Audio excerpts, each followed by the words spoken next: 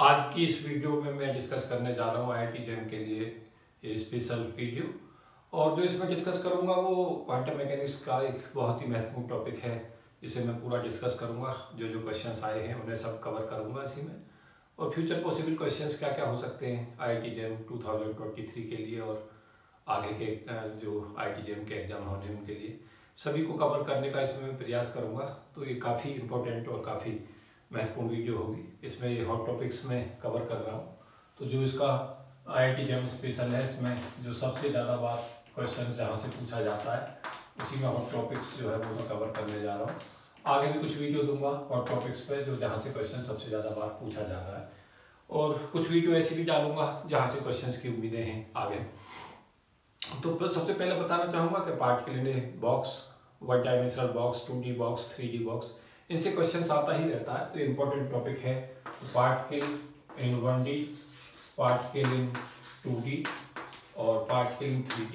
तो ये तीनों जो टॉपिक्स हैं इनमें मैं कवर करूँगा क्वेश्चंस, और बताऊँगा कि कैसे हम क्वेश्चंस इसमें हैंडल करें और क्या क्या क्वेश्चंस इसमें पूछे गए हैं, क्या क्या संभावना है आगे आने की। तो particle in 2 dimensional box, particle in 3D box, यहाँ से क्वेश्चंस बहुत ज़्यादा बार पूछा जा रहा है, लेकिन 1D भी सदा महत्वपूर्ण रहा है। 1D पे भी क्वेश्चन पूछे जाते हैं। तो कई बार पोटेंशियल को डिफाइन कर देता है कि V जो है x का फंक्शन है और Vx जो है वो 0 है जब x की वैल्यू 0 और L के बीच है, और x की वैल्यू इसके अलावा अदरवाइज इसको इन्फिनिटी डिफाइन करता है अदरवाइज। और उसी तरीका से एक्स वाई में लेके चलता है, यहाँ Vxy को डिफाइन कर देता है कि Vxy की वैल्यू 0 है। V जो फंक्शन है xy का है 2 डायमेंशन में, और x की जो वैल्यू है उसे तय कर देता है 0 Lx के बीच में, y को तय कर देता है 0 से लेके Ly के बीच। इसी तरीका से यहाँ पे तय कर देता है कि Vxyz की वैल्यू 0 है, x की वैल्यू 0 से Lx के बीच है, y की वैल्यू 0 Ly के बीच है, z की वैल्यू 0 से Lz के बीच है। तो यहाँ से जो पहले पोटेंशियल डिफाइन हो रहा होता है, कई बार पोटेंशियल नहीं डिफाइन करता, केवल इतना ही बोल देता है क्वेश्चन में कि एक इनफाइनाइट पोटेंशियल वॉल की प्रॉब्लम है, इसमें जो डायमेंशंस है बॉक्स की वो साइड बता देता है कि साइड L है, और फिर क्वेश्चंस बना देता है। तो इस टाइप से क्वेश्चंस इस पर पूछे जाते हैं। तो सबसे पहले तो इसमें वेव फंक्शन ही हमें पता होना चाहिए। मैं यहाँ का आगे का ये सब मैंने बता दिया है, इसमें इसी पैटर्न से आप पढ़ा लें। सिमेट्री को सदा इस्तेमाल करने का प्रयास करें, वो बहुत ही महत्वपूर्ण चीज़ है। तो इसके अंदर जो वेव फंक्शन है वो याद रखें कि साइन जो होगा यहाँ उसकी वैल्यू होगी √2/L साइन nπx/L। तो एक तो वेव फंक्शन ही पूछा जाता है, तो वेव फंक्शन को आजकल सभी को रिमेंबर रहता है √2/L साइन nπx/L, जहाँ n क्वांटम नंबर है, n की वैल्यू मिनिमम जो होती है वो 1 होती है और 1 से आगे बढ़ती जाती है 1 2 3 4। ग्राउंड स्टेट के लिए जो n की वैल्यू है उसको हम 1 लेते हैं। उसके बाद यहाँ जो हमारा 2D केस है उसमें √2/Lx, √2/Ly, कई बार इसे Lx Ly की जगह पे a और b से भी दिखा देते हैं क्वेश्चंस में। तो पैटर्न को समझे, पैटर्न सेम ही रहेगा। √2/Lx, √2/Ly sign nx πx/Lx और साइन ny πy/Ly। और इसमें अगर हमें 3D तक जाना है तो सेम पैटर्न को रखें। इसमें मल्टीप्लायर जो है इस टर्म को ऐसा रखना है, और इसी टर्म में एक मल्टीप्लायर और हमें ऐड कर मल्टीप्लाई कर देना है साइन nz πz/Lz, और √2/Lz जो है वो और मल्टीप्लाई करके लाना है। ये x डायरेक्शन के लिए हो जाएगा दिस एंड दिस, ये y के लिए हो जाएगा दिस मल्टीप्लाइड बाई दिस, और ये z के लिए हो जाएगा। तो ये अगर केवल हम जैसे 3D का हम रखें, जैसे 3D का रिमेंबर रख लें, और 3D से 2D पे आना है तो 3D को रिमेंबर रखने के बाद 2D और 1D पर आसानी से आ सकते हैं। अगर हमें 3D का रिमेंबर है, this is the partition function, normalised partition function है, तो अगर हम इसके अंदर इतना पोर्शन लेके चलेंगे तो ये जो पार्टीशन फंक्शन है वो 2D का हो जाएगा।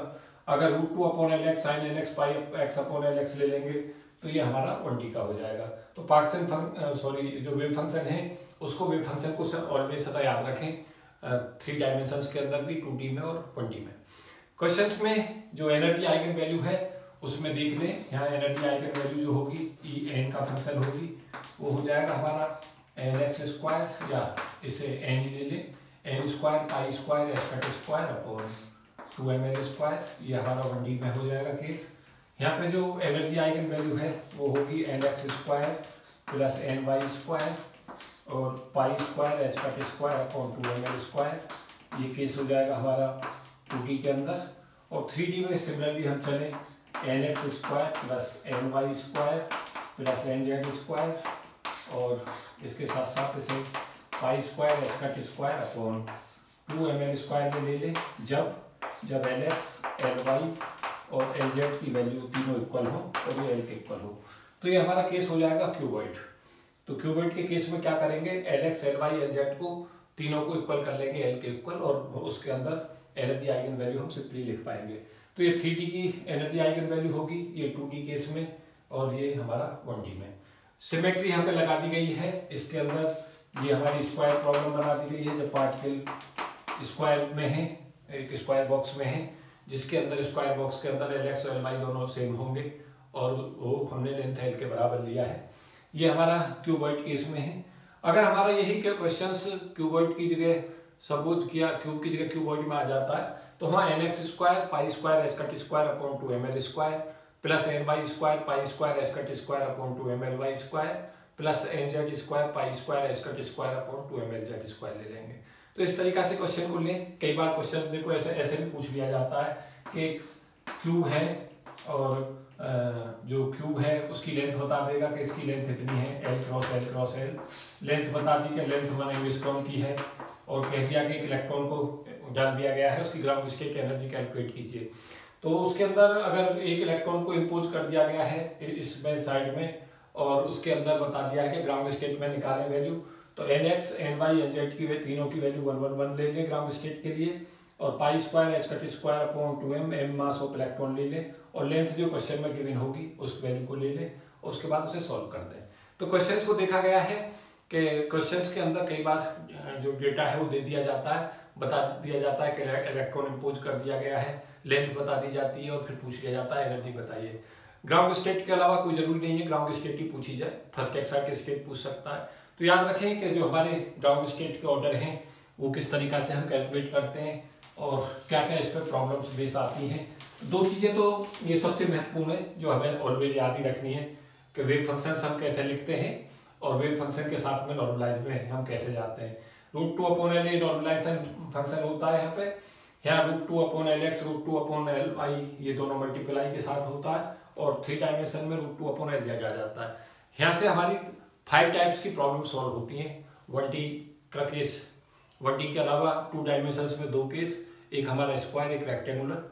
स्क्वायर के अंदर साइडों को बराबर ले लेते हैं और रेक्टेंगुलर के लिए साइडों को अलग अलग रखते हैं। यहाँ पे 2 तरीका की प्रॉब्लम सॉल्व हो जाती हैं, क्यूब और क्यूबॉइड सॉल्व हो जाती हैं।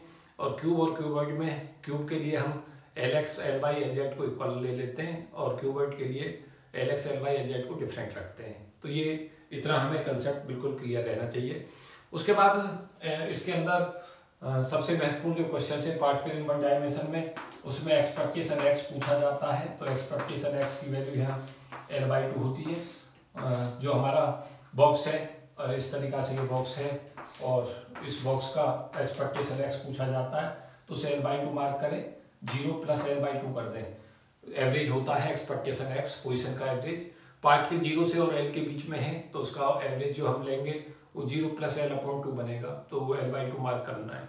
एक्सपेक्टेशन एक्स स्क्वायर यहाँ से पूछा जाता है तो एक्सपेक्टेशन एक्स स्क्वायर की जो वैल्यू है उसका फॉर्मूला याद रखें, L²/3 - L² / 2n² pi square. ये इंपॉर्टेंट है, काफी पूछा जाता है। यहाँ फॉर्मूले का जो हमारा एक जनरल एक्सप्रेशन है उसको भी याद रखें कि अगर किसी क्वांटिटी एक्सपेक्टेशन एफ हमें निकालना है तो जो हमारा एक्सपेक्टेशन एफ है फिजिकल पैरामीटर का एवरेज, तो Sai star F Sai into dx करते हैं। अगर हमारा एफ है यहाँ पे ये ऑपरेटर हो जाएगा। अगर जैसे मोमेंटम का एक्सपेक्टेशन निकाल रहे हैं तो यहाँ पे -i(h) ∂∂x हम यहाँ पे ले लेंगे तो यहाँ मोमेंटम का एक्सपेक्टेशन मिलेगा। मोमेंटम में याद रखें कि एक्सपेक्टेशन p² की जो वैल्यू है, एक्सपेक्टेशन p जो है वो तो हमारा 0 होता है। मोमेंटम का पॉजिटिव और नेगेटिव एवरेज जो वो 0 होगा। जब पार्टिकल इधर से इधर जाएगा 0 से लेकर L की तरफ तब मोमेंटम पॉजिटिव होगा और जब इस बॉल से टकरा के इधर आएगा तो मोमेंटम नेगेटिव होगा और उन दोनों का जो एवरेज है वो पॉजिटिव हो जाए, वो 0 हो जाएगा। इसमें P में जो पॉजिटिव मोमेंटम है उसकी वैल्यू को ऑलवेज याद रखें, n पाई h कट अपॉन l होगी, और P माइनस की जो वैल्यू है नेगेटिव मोमेंटम की उसको याद रखें, वो होगी माइनस n पाई h कट अपॉन l। तो ये दोनों फॉर्मूले इंपॉर्टेंट हैं, इनको ऑलवेज रिमेंबर रखें, काफ़ी पूछे जाते हैं। पॉजिटिव डायरेक्शन में मीन्स जब कोई पार्टिकल 0 से l की तरफ चलेगा तो उसका मोमेंटम n पाई h कट अपॉन l होगा। जब ये l से 0 की तरफ वापस आएगा तो उसका मोमेंटम माइनस n पाई h कट अपॉन l होगा। इतनी ही पॉसिबिलिटी पॉजिटिव मोमेंटम रखने की है इधर से इधर जाने की, और उतनी ही प्रोबेबिलिटी l से 0 पे वापस आने की है। तो अगर हम एवरेज इसका निकालेंगे तो एवरेज हमारा 0 हो जाएगा। तो P एवरेज जब हम निकालते हैं एवरेज मोमेंटम, तो P प्लस और P माइनस का एवरेज कर लेते हैं, P plus P minus by 2, तो ये हमारा 0 आ जाता है। एक्सपेक्टेशन P स्क्वायर पूछा जाता है तो उसको सिंपली 2n एक्सपेक्टेशन En ले लें, और En की वैल्यू हमें यहाँ से पता है, क्वेश्चन के अंदर एनर्जी आइगन वैल्यू यहाँ पर पुट कर दें तो P स्क्वायर का एक्सपेक्टेशन आएगा। तो जो हमारे 4 क्वेश्चन हैं वो यही पूछे जाते हैं। एक्सपेक्टेशन x पोजीशन का एवरेज वैल्यू क्या होती है, तो l/2 लें। एक्स स्क्वायर का expectation value l²/3 minus l² upon 2n square pi square लें। एक्सपेक्टेशन px पूछता है 0 लें। एक्सपेक्टेशन p स्क्वायर होता है तो 2m एक्सपेक्टेशन en लें, और en की वैल्यू यहाँ से पुट कर दें इसके अंदर। तो ये वैल्यू जो हमारी simply n square pi square h cut square upon l square यहाँ से ऑब्टेन हो जाएगी। अगर हम यहाँ से भी ना लें तो इसी का स्क्वायर कर दें, इसका कर दें या इसका कर दें, दोनों से p स्क्वायर का हमारा एक्सपेक्टेशन एवरेज वैल्यू आएगी। तो यहाँ से क्वेश्चंस रेगुलर इंटरवल पे पूछा जाता है। साथ साथ ये पूछता है कि ग्राउंड स्टेट में पाई जाने की प्रायिकता कहाँ मैक्सिमम में। तो मुझे उम्मीद है कि आपने सब चीज़ों को समझा होगा, और इस पे जब भी क्वेश्चन आएगा जैसे पूछता है कि ग्राउंड स्टेट में एनर्जी इतनी है, फर्स्ट एक्साइटेड स्टेट में एनर्जी बताइए। तो जब हमारी एनर्जी n स्क्वायर के प्रोपोर्शनल है, सबसे हमसे कहता है कि सपोज किया ग्राउंड स्टेट में एनर्जी x है, कहता है फर्स्ट एक्साइटेड स्टेट में बताइए। तो ग्राउंड स्टेट में जब हमारी ये वैल्यू n को 1 रख देंगे तब वैल्यू मिलेगी, और जब फर्स्ट एक्साइटेड स्टेट में जाएंगे तो n की वैल्यू को 2 लेंगे, तो आंसर हमारा सिंपली 4x आ जाएगा। आगे की अगर पूछता है सेकंड एक्साइटेड स्टेट में एनर्जी कितनी होगी, तो ये आंसर हमारा 9x आ जाएगा, क्योंकि n की वैल्यू को उसके बाद 3 ले लेंगे। तो इस तरीका से आता है। कई बार गैप पूछ लिए जाते हैं, जैसे इसी में क्वेश्चंस मैंने देखा है कंपटीशंस में पूछा जाता है E2 minus E1 upon E3 minus E2 पूछ लिया, इसकी वैल्यू निकाल लो। तो गैप का पूछे गए हैं तो गैप पे उसी तरीका से करें, E2 माइनस E1 की वैल्यू ले लें, एक बार n को 2 ले लें, एक बार n को 1 ले लें, उसके अंतर को ले लें। तो उसके बाद E3 में n की वैल्यू को 3 ले लें, और फिर एक बार n को 2 ले लें, दोनों का अंतर कर दें और उसको डिवाइड कर दें। तो यहाँ से भी क्वेश्चन इस पैटर्न पर पूछा गया है, जेल के अंदर ही यहाँ से क्वेश्चन रेगुलर पूछा जाता है। साथ साथ जैसे कई बार क्वेश्चन ऐसे भी पूछ लिए जाते हैं कि n ग्राउंड स्टेट के लिए n स्क्वायर का एक्सपेक्टेशन बताइए, तो ग्राउंड में n को 1 ले लें। एक्स स्क्वायर का एक्सपेक्टेशन अगर फर्स्ट एक्साइटेड में पूछा गया है तो n की वैल्यू को यहाँ पे 2 ले लें। इस टाइप से भी इसमें क्वेश्चन पूछा जाता है। उसके साथ साथ n की वैल्यू देगा, l देगा, हमसे एक्सपेक्टेशन एक्स स्क्वायर पूछ लेगा, तो ये फॉर्मूला लगा दें। और हमसे अगर कहता है कि एक एंगस्ट्रॉम लेंथ का कोई बॉक्स है और साइड्स जो है वो 0 से लेकर l के बीच में पोटेंशियल 0 है, तो पूछता है एक्सपेक्टेशन x निकालें, तो एक एंगस्ट्रॉम बटे 2 कर दें, 0.5 एंगस्ट्रॉम उसका एक्सपेक्टेशन x हो जाएगा। तो इस तरीका के क्वेश्चंस यहाँ से पूछे गए हैं। लगातार क्वेश्चंस इस पर पूछे जाते हैं। कुछ और महत्वपूर्ण क्वेश्चंस मैं 1D में डिस्कस कर रहा हूँ, फिर 1D के बाद 2D में डिस्कशन दूंगा, और फिर 3D में दूंगा। मुझे उम्मीद है कि जो भी मैं डिस्कशन दे रहा हूँ सभी क्वेश्चंस को इसमें कवर कर दिया गया है जो अभी तक पूछे गए हैं, और साथ साथ मैं ये भी कोशिश करूँगा कि जितने भी क्वेश्चंस आगे फ्यूचर में आने की संभावना है वो भी सब इसमें कवर हो जाए। तो काफ़ी क्वेश्चंस मैंने देखा है कि पार्टिकल बॉक्स से आते हैं। मैं देख रहा था, पेपर का एनालिसिस कर रहा था, तो ज़्यादातर क्वेश्चंस 2D और 3D से मैं ज़्यादा देख रहा हूँ, तो वहाँ पर मेरा डिस्कशन थोड़ा चलेगा काफ़ी देर। और 1D के केस भी काफ़ी पूछे गए हैं पहले, तो वो भी मैंने डिस्कस किए हैं यहाँ।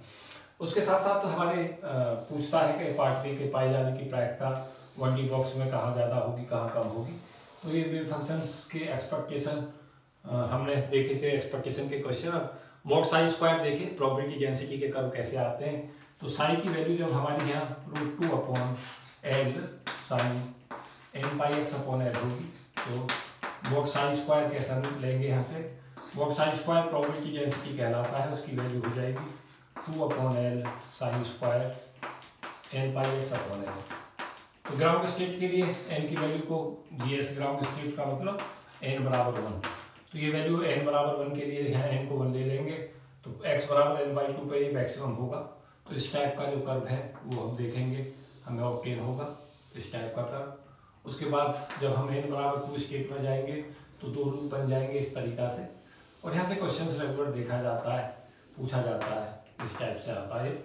तो ये n बराबर 1 का कर्व है, x बराबर एल बाई 2 पर पाई जाने की प्रायिकता जो है वो मैक्सिमम होगी जब n की वैल्यू को यहाँ पे 1 ले लेंगे। तो पूछता है कि ग्राउंड स्टेट में पार्टिकल के पाई जाने की प्रायिकता मैक्सिमम कहाँ है, तो आंसर एल बाई 2 मार्क करेंगे।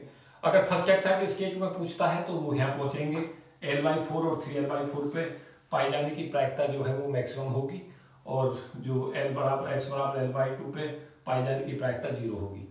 यहाँ पे ये भी साथ साथ देखें कि n बराबर 1 में बीच में कोई पॉइंट ऐसा नहीं होगा जहाँ पाई जाने की प्रायिकता हमारी 0 होगी, और n बराबर 2 में एक पॉइंट होगा। तो अगर nth स्टेज में पूछता है कितने पॉइंट ऐसे होंगे जहाँ पाई जाने की प्रायिकता 0 होगी, तो n-1 हमें मार्क करने होंगे, इतने पॉइंट्स होंगे n-1 पॉइंट्स। जैसे n बराबर 4 में कहता है तो 3 पॉइंट्स होंगे, n बराबर 5 में 4 पॉइंट्स होंगे जहाँ पे पाई जाने की प्रायिकता 0 होगी। इस टाइप से क्वेश्चन पूछे जाते हैं। साथ साथ ये देखें कि ये हमारा ग्राउंड स्टेट का था, ये फर्स्ट एक्साइड स्टेट का है, और उसके बाद आगे की स्टेट हैं जिनमें क्वेश्चंस पूछे जाते हैं।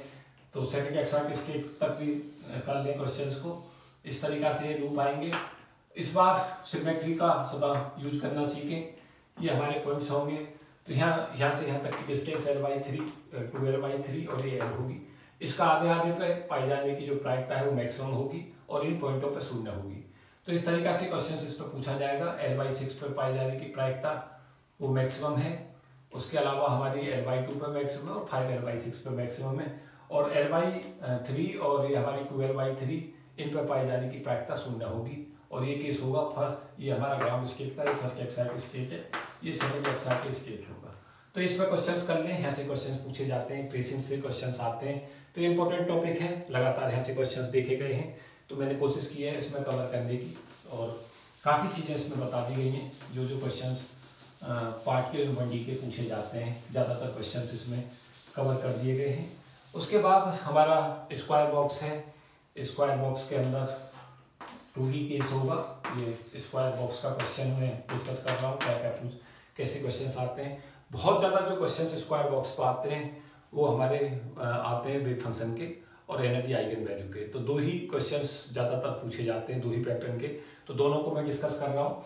जो हमारा स्क्वायर बॉक्स होगा Lx और Ly को बराबर कर देंगे, तो √2/L और √2/L साइन nx πx/L और साइन ny πy/L, ये हमारा वेव फंक्शन होगा नॉर्मलाइज। तो अगर नॉर्मलाइज वेव फंक्शन पूछता है तो यही हमें आंसर मार्क करके आना पड़ेगा।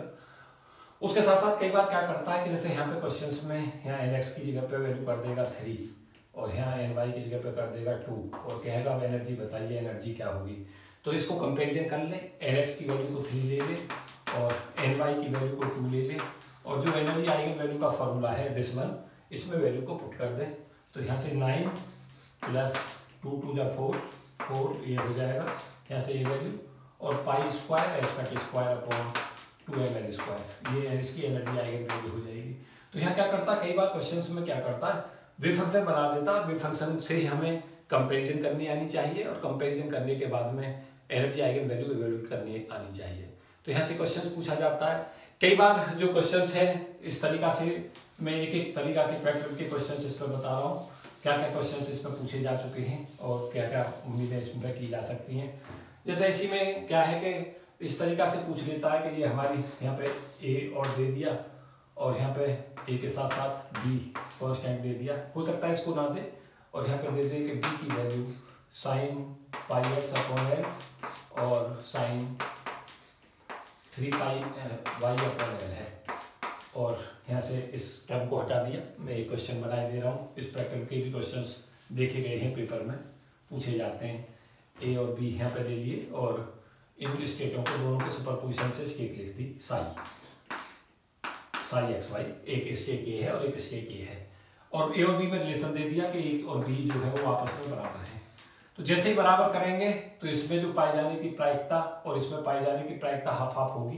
तब एक्सपेक्टेशन बी का जो फॉर्मूला है वो सिंपली यूज कर लेंगे P1 और इसके अंदर एनर्जी उसको E1 से मैं नोट कर दे रहा हूँ प्लस P2 और एनर्जी आइगन वैल्यू E2। तो यहाँ पे प्रायिकता हाफ ले लेंगे, यहाँ हाफ ले लेंगे और यहाँ पे E1 में जो इस स्टेट की है उसमें एनर्जी जो मैंने अभी निकाली थी 9 + 4 पाई स्क्वायर h²/2ml² ले लेंगे और इसमें nx की वैल्यू को 1 और ny की वैल्यू को 3 लेके यहाँ से एनर्जी आइगन वैल्यू ले लेंगे और फिर वैल्यू पुट कर देंगे। तो एक्सपेक्टेशन ई की वैल्यू को सिंपली इवैल्यूएट कर लेंगे। इस तरीका से यहाँ से क्वेश्चन बन सकता है और इस टाइप के क्वेश्चंस की संभावना बहुत ज़्यादा है, बहुत ज़्यादा बार क्वेश्चंस इस पर पूछा जाता है। साथ साथ इसी में पूछा जाएगा कि ग्राउंड स्टेट में एनर्जी बताइए, तो nx और ny की वैल्यू को जो है वो वैल्यू देना सीखें और यहाँ पे nx² + ny² की वैल्यू को ले लें और π² h²/2ml² की जगह मैं a ले रहा हूँ। वो हमारी जो गिवन लेंथ के लिए वैल्यू कांस्टेंट रहेगी, पार्टिकल का मास कांस्टेंट है, एल हमारी कांस्टेंट है, तो इसको कांस्टेंट की जगह तरह ले लें। तो ग्राउंड स्टेट के लिए जो हमारी जीएस होगी उसके लिए जो वैल्यू है वो 1 और 1 ले लें, तो 1 + 1 यहाँ से 2 आ जाएगी, तो ये 2 वैल्यू हो जाएगी और ए की वैल्यू को मैं यहाँ लिख दे रहा हूँ। ए मैंने जो मान लिया है वो मान लिया है π² h²/2ml², ये मेरा जो है ए होगा। उसके बाद nx की वैल्यू कोई हमारी आगे की जो स्टेट है वो फर्स्ट एक्साइट स्टेट आएगी ग्राउंड स्टेट के बाद, तो ये वैल्यू हम यहाँ पे nx को 2 रख सकते हैं, ny को 1, क्योंकि 1 1 के बाद जो अगला इंटीजर होगा उससे नेक्स्ट एडजेसेंट इंटीजर्स जो होंगे वो 2 1 और 1 2 होंगे, तो 2 1 और 1 2 ले लें। ये हमारी डीजनरेसी हो जाएगी इस स्टेट की 2, क्योंकि दो वेव फंक्शन ऐसे होंगे nx की वैल्यू 2 ny की वैल्यू 1, या nx को 1 रख दें ny की वैल्यू को 2 रख दें, जिससे हमारी डीजनरेसी 2 होगी और इसकी जो करस्पॉन्डिंग एनर्जी है यहाँ से वैल्यू रखेंगे 2 का स्क्वायर + 1, तो ये हमारा बन जाएगा 5a, या हम यहाँ पे 1 रख दें यहाँ पे 2 रख दें तब भी 5a, तो ये 5a जो है वो एनर्जी हो जाएगी। तो क्वेश्चन जैसा पूछता है फर्स्ट एक्साइट स्टेट में बताइए 2 डायमेंशन में डीजनरेसी कितनी होगी, तो आंसर 2 मार्क करके आना पड़ेगा, ये 2 हमारा आंसर होगा इसका। उसके बाद आगे की जो स्टेट है जो नेक्स्ट स्टेट होगी वो सेकंड एक्साइटिक स्टेट होगी, वो 2 और 2 यहाँ पे वैल्यू रख दें, तो ये 2 2 जा 4 और +2 स्क्वायर 4, तो 4 + 4 ये हमारी 8a हो जाएगी, ये हमारी एनर्जी आ जाएगी सेकंड एक्साइटिक स्टेट में। इसी तरीका से वैल्यू देते चले जाएं और आगे तक बढ़ते चले जाएं। यहाँ पे कहीं से भी क्वेश्चन पूछ सकता है ग्राउंड स्टेट में कितनी एनर्जी होगी, फर्स्ट एक्साइटिक स्टेट की डीजनरेसी कितनी होगी, एनर्जी कितनी होगी, उसके अलावा सेकंड एक्साइटिक स्टेट की एनर्जी कितनी होगी, और कई बार के फिर अंतर पूछ लेते हैं, जैसे पूछेगा सेकंड एक्साइटिक स्टेट और फर्स्ट एक्साइटिक स्टेट की एनर्जी का अंतराल क्या होगा, तो 8a में से 5a हटा दें, तो घटाएंगे तो जैसे ही हम घटाते हैं तो 3a आंसर आ जाएगा। a की वैल्यू पुट कर दें π² h²/2ml² और क्वेश्चन को सॉल्व कर दें। तो यहाँ से क्वेश्चन पूछा जाता है, 2D बहुत इंपॉर्टेंट रहता है, यहाँ से क्वेश्चन रेगुलर पूछा जाता है और सुपरपोजिशन प्रिंसिपल लगाना सीख लें। साथ साथ ये समय याद रखें कि जब हम जब हम वेव फंक्शन को लेकर चलते हैं तो wave function x y z directions के अंदर जब लेके चलते हैं तो एक्स के लिए अलग लिखें, वाई के लिए अलग लिखें, जेड के लिए अलग लिखें, और नेक्स्ट तीनों डायरेक्शन में चाहिए तो उनको मल्टीप्लाई कर दें। एक ही में एक्स ही केवल एक्स ही दिशा में है और बाकी वेरियस स्टेटों में है, तो वह सुपरपोजिशन प्रिंसिपल लगाएं। तो 2 चीज़ें निश्चित तौर से सीख कर रखें, इस पर क्वेश्चन हमें रेगुलर इंटरवल पे मिलता रहता है। तो ये क्वेश्चन मैं बता रहा था। आगे फिर सेकंड एक्साइटिक स्टेट के बाद थर्ड एक्साइटिक स्टेट में जाए, फिर वैल्यू 2 2 2 के आगे 3 और 1 ले लें और ये जो वैल्यू है वो 10 आ जाएगी। उस 3 1 और 1 3 की डीजनरेसी, क्योंकि 2 combinations same energy eigen value को लेंगे तो फिर से डीजनरेसी वहाँ 2 हो जाएगी। तो यहाँ से डीजनरेसी पूछी जाती है और यहाँ से क्वेश्चन से एनर्जी आइगन वैल्यू पर पूछे जाते हैं, एनर्जी आइगन वैल्यू के अलावा गैप पर पूछे जाते हैं। तो यहाँ से क्वेश्चन रेगुलर 2D पर पूछे जाते रहते हैं। याद ये रखें कि स्क्वायर में जो साइड है उसको हमें सदा बराबर लेकर चलना है, और अगर रेक्टेंगुलर है तो वहाँ पर साइडों को डिफर कर देना है। बाकी पैटर्न जो है उस पर पैटर्न पर कोई प्रभाव नहीं पड़ता।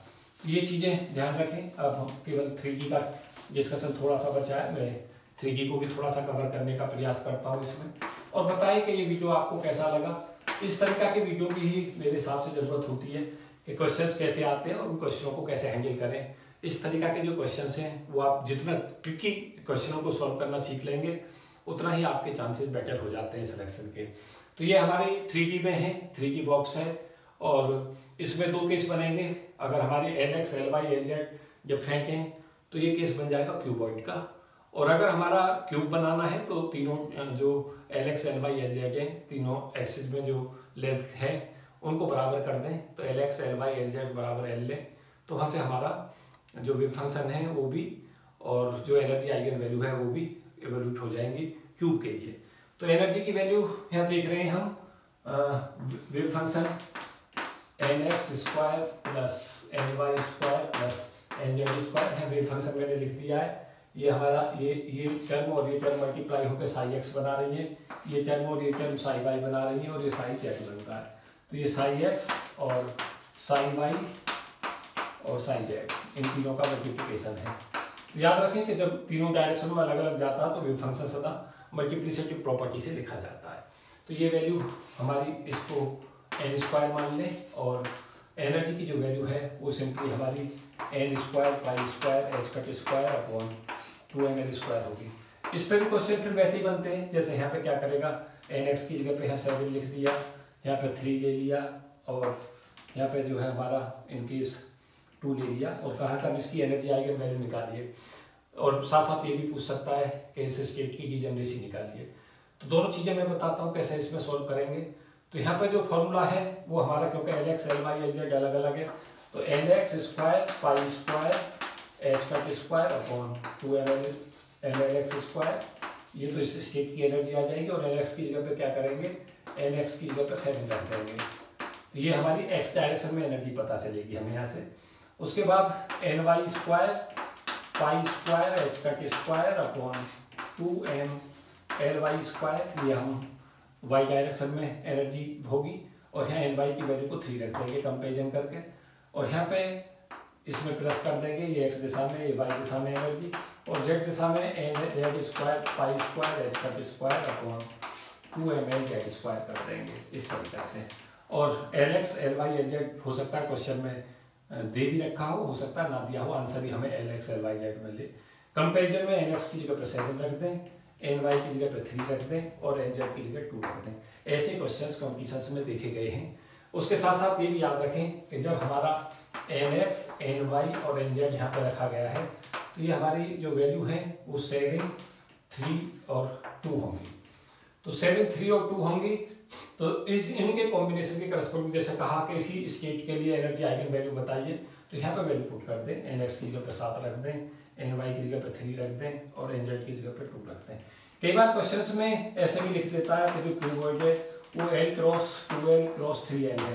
तो ये याद रखें कि क्वेश्चंस के अंदर अभी LX की वैल्यू L दे रखी है, NY की वैल्यू 2L दे रखी है, और NZ की वैल्यू 3L दे रखी है। इन वैल्यूओं को यहाँ पे पुट कर दें, कौन से फॉर्मूले में, इस एनर्जी आइगन वैल्यू के में। ये एनर्जी जो होगी वो XYZ डायरेक्शन में हो जाएगी, और यहाँ पे LX की जगह पे L ले लें क्वेश्चन में, LY की जगह पे 2L ले लें, NZ की जगह 3L ले लें, और क्वेश्चन को सॉल्व करते हैं। तो यहाँ से क्वेश्चंस इस पैटर्न पर पूछे जाते हैं, इस पैटर्न पर पूछे जाते हैं। उसके अलावा डीजनरेसी में याद रखें कि पूछता है कि अगर हमारा ये केस है तो इसमें डीजनरेसी कितनी हो सकती है।